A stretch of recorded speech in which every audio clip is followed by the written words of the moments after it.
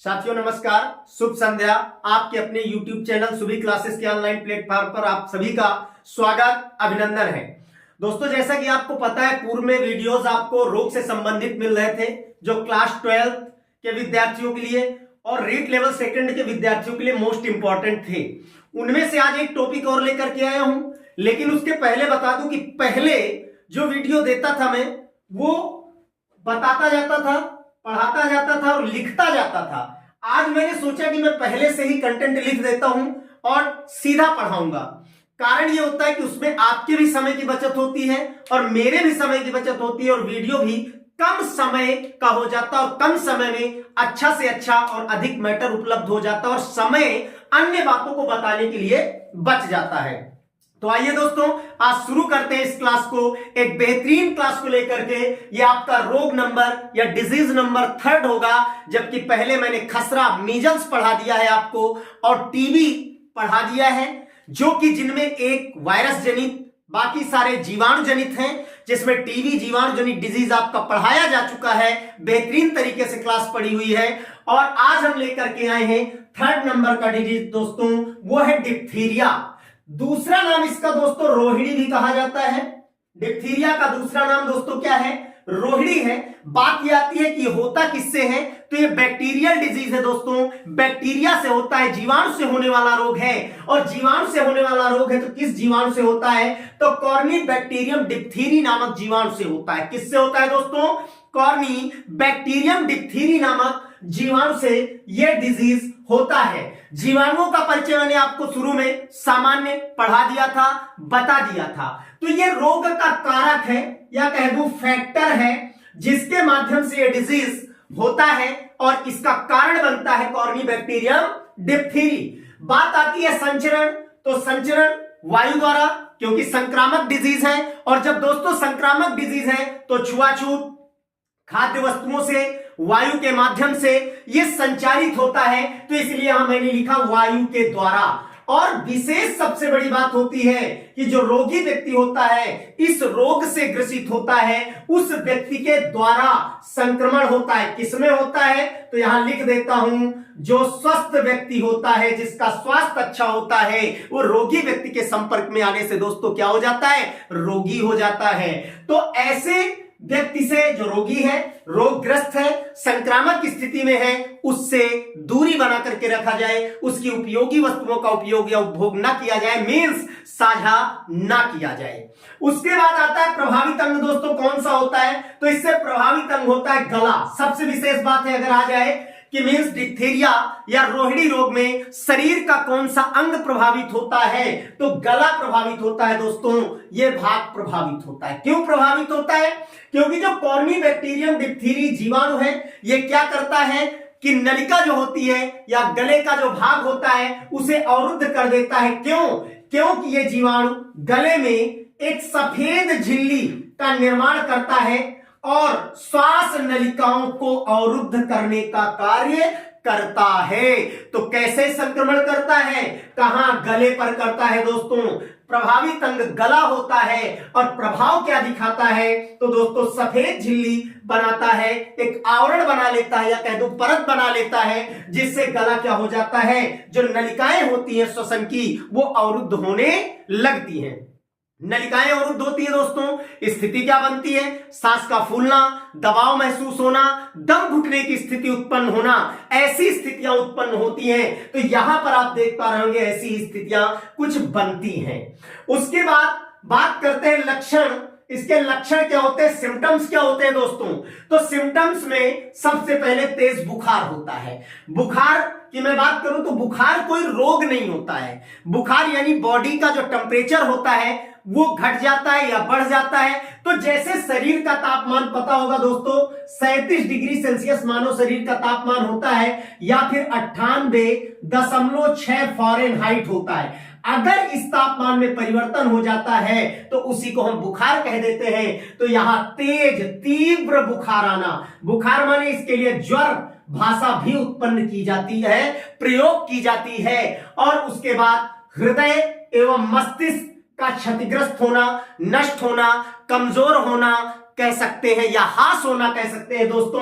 तो हृदय यानी हार्ट जो हमारे शरीर में ब्लड सर्कुलेशन और पंपिंग का कार्य करता है उसका कमजोर होना, मस्तिष्क जो हमारे शरीर में सोचने समझने की क्षमता है, या प्राणी सबसे विवेकवान होता है, बुद्धिमान होता है मनुष्य, ये क्षतिग्रस्त होने लगते हैं। मस्तिष्क और हृदय दोस्तों क्षतिग्रस्त होने लगते हैं।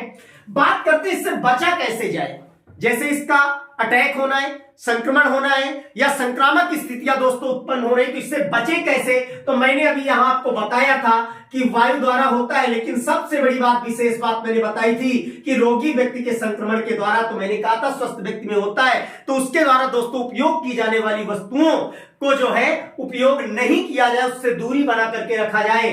तो रोगग्रस्त व्यक्ति से अलग रखना, यानी रोगग्रस्त व्यक्ति है उसे अलग रखा जाए। जैसे अभी कोरोना मेंस आपने सबने पढ़ा होगा, जाना होगा और उसका सामना भी किया। कोविड-19 क्वारंटाइन किया गया, सभी को जो ग्रस्त हो गया था, संक्रामक स्थिति में था, उसको स्वस्थ व्यक्तियों से अलग एक कमरे में रखा गया, एक कमरे में बंद किया गया। वो समय सीमा निर्धारित की गई कि इसका संक्रामक प्रभाव कब मंद पड़ेगा और रोगी कब स्वस्थ होगा, उसके बाद ही उसको स्वस्थ व्यक्तियों के मध्य लाया जाता है। तो दोस्तों यहां पर उसके एक तरह से कोविड-19 की तरह क्या करना चाहिए, क्वारंटाइन कर देना चाहिए। तो रोगग्रस्त व्यक्ति को अलग रखना, यानी उसको अलग कर दिया जाए। उसके द्वारा जो उपयोग की जाती है वस्तुएं, चाहे कपड़े हो, कंघी हो, या उसके अलावा खाद्य वस्तु हो, खाने के बर्तन हो, जो भी है, बिस्तर है इत्यादि, ये सारी चीजें बिल्कुल पृथक कर देनी चाहिए, अलग कर देनी चाहिए।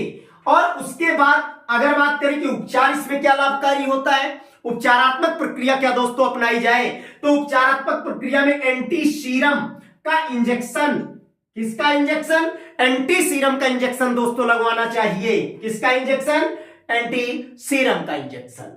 उसके बाद बच्चों की बात करें तो DPT, doctor of physical therapy, DPT doctor of physical therapy, याद रखेंगे इस चीज को, अगर कभी आ जाए डीपीटी का पूर्ण रूप है या निम्न में से डीपीटी का पूर्ण रूप कौन सा है, आपको एमसीक्यू चयन करना है, तो डॉक्टर ऑफ क्या आएगा, फिजिकल थेरेपी, टीका लगवाना चाहिए। उसके बाद यहां पर मैं लिख रहा हूं कुछ बातें नोटेट करके, यानी नोट, खाने की वस्तुओं द्वारा, खाने की वस्तुओं को के द्वारा, खाद्य वस्तुओं के द्वारा दोस्तों 3 से 5 वर्ष के बच्चों में अधिक फैलता है। क्या बताया मैंने कि खाने की वस्तुओं से 3 वर्ष से लेकर के 5 वर्ष के बच्चों में यह रोग बहुत अधिक फैलता है। उसके अलावा बात करते हैं इसके लिए टीकाकरण किया, मैंने बताया, यहां पर आप देख पा रहे होंगे डीपीटी, ठीक है, यानी कह दिया जाए डिप्थीरिया, टेटनस, पोलियो।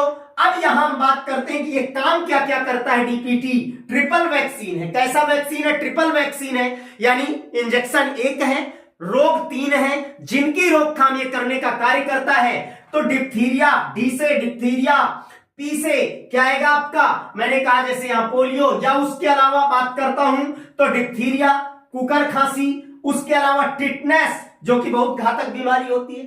अगर कोई लौह वस्तु लग जाती है या किसी प्रकार की चोट लग जाती है तो टिटनेस जो होता है, संक्रामक स्थिति या उसके बैक्टीरिया कहां पाए जाते हैं, मृदा में पाए जाते हैं, और संक्रमण की स्थिति या संभावना ज्यादा बनती है और यह रोग अपना प्रभाव या उद्भव काल तुरंत नहीं दिखाता है दोस्तों, लंबे समय के बाद दिखाता है।